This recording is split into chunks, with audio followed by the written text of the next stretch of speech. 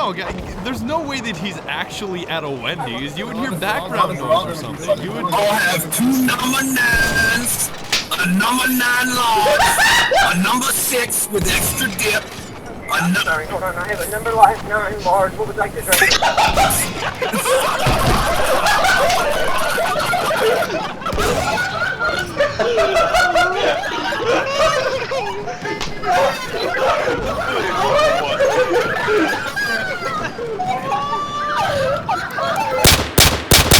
Hold that vehicle! I'm coming! You know when you work extremely hard to get something, then once you have that something, you realize it's a giant ball of garbage and utterly regret all the sacrifices you made to get it? Well, in the case of Battlefield 1, that's the Hell Regal that you unlock at level 10 of the Assault class. Because as soon as you get it, you'll just sit there like, why did I do this again? I think the ultimate test when it comes to Assault is that when I use the Hell Regal, I always find myself sticking to areas that are filled with friendly medics because I assume I'm gonna lose gunfights and die way more often than I usually do. All units, be advised, I totally don't want to die.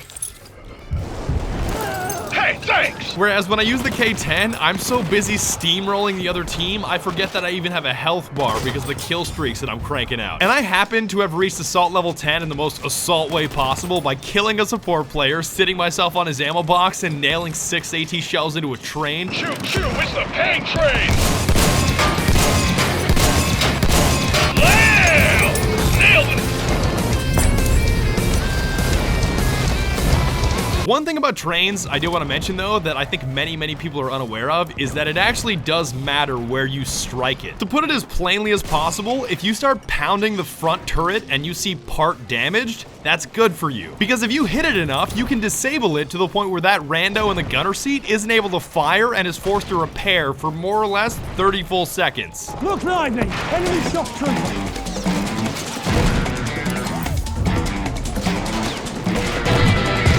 Bringing me back to my point, the bad news is that if the Hell Regal was your light at the end of the tunnel at Assault level 10 with its what, 60 round magazine and water cooling feature, you may want to reconsider that one. But the good news is that the K10 is available much earlier than that, and I know this is gonna sound silly, but I'm pretty sure the K10 stands for Clown. Now I am aware that most of you think that I'm a dunce, and even as dense as I am, I know that Clown starts with C instead of the letter K, but I think of this gun like a clown because it's absolutely horrifying, but only up close. Like, if you want to think about it, clowns are pretty scary in general, but seeing a clown 800 yards away while you're armed with a high-caliber sniper rifle is not that scary.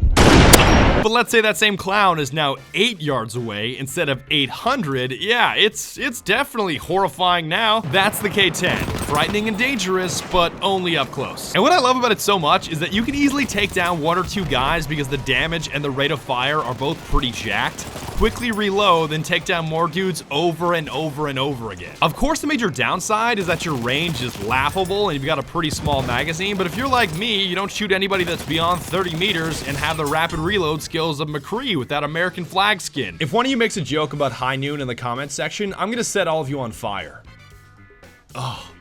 Almost as bad as Junkrat mains. You should also know that as a general rule of thumb, I never ever aim down sight with this thing, and as such, I only use the trench variant, so I never ever have to right click on my mouse.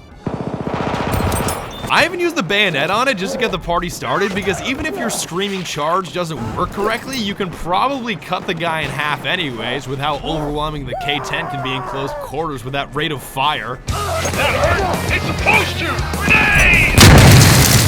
Oh, that was gross, I'm sorry. Hey, you may even get lucky and experience that stupid poke where the animation doesn't complete, but you still one-shot the guy. That's my favorite. Now, I may be a little biased because you guys know my playstyle at this point. I don't even know if you can call it a meta in the game, but let's call it meta. It's to smother everything in gas, throw on a mask, and hip fire everything, but I can't get enough of the K10. In case you need any more of a reason to use it, it's the only automatic weapon that I feel confident with when I'm going toe-to-toe with shotgun users. This is purely because of the rate of fire and the speed at which it can blast enemies away, but it's a bit of an adjustment from using shotguns. Like with shotguns, you have to have a bit of a rhythm with your shots and fit into a groove of pumping and shooting, almost like you're listening to Latin music.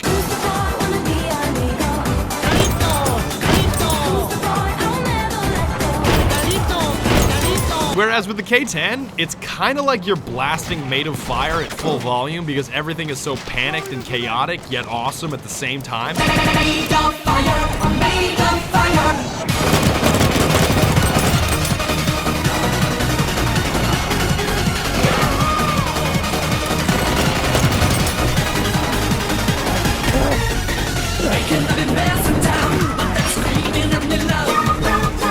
I think you guys are just like me when it comes to the intro screens for operations maps. You know when DICE walks you through the scene of the battlefield in a cinematic style with some kind of narration to give you some background? You seen the machine guns they got? The artillery? The planes?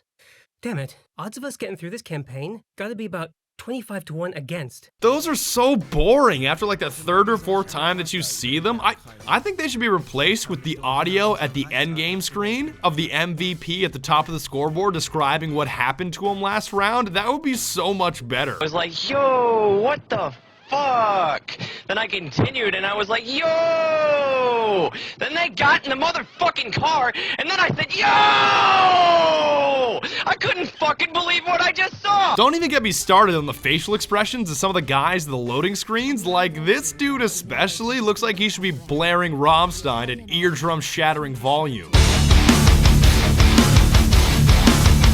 I've also been noticing a lot more bugs that I welcome with open arms, and glossing over the one where it looks like your character is dabbing, because I'm just about all dabbed out after my last video. There happens to be one where your weapon becomes invisible.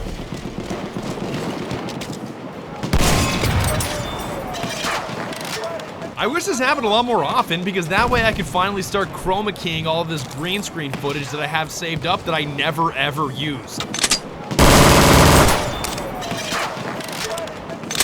And that's about it. Be sure to tune in next time when we blast the bass on these new speakers so loud that it gets me evicted from my apartment while simultaneously killing a toddler. Bye.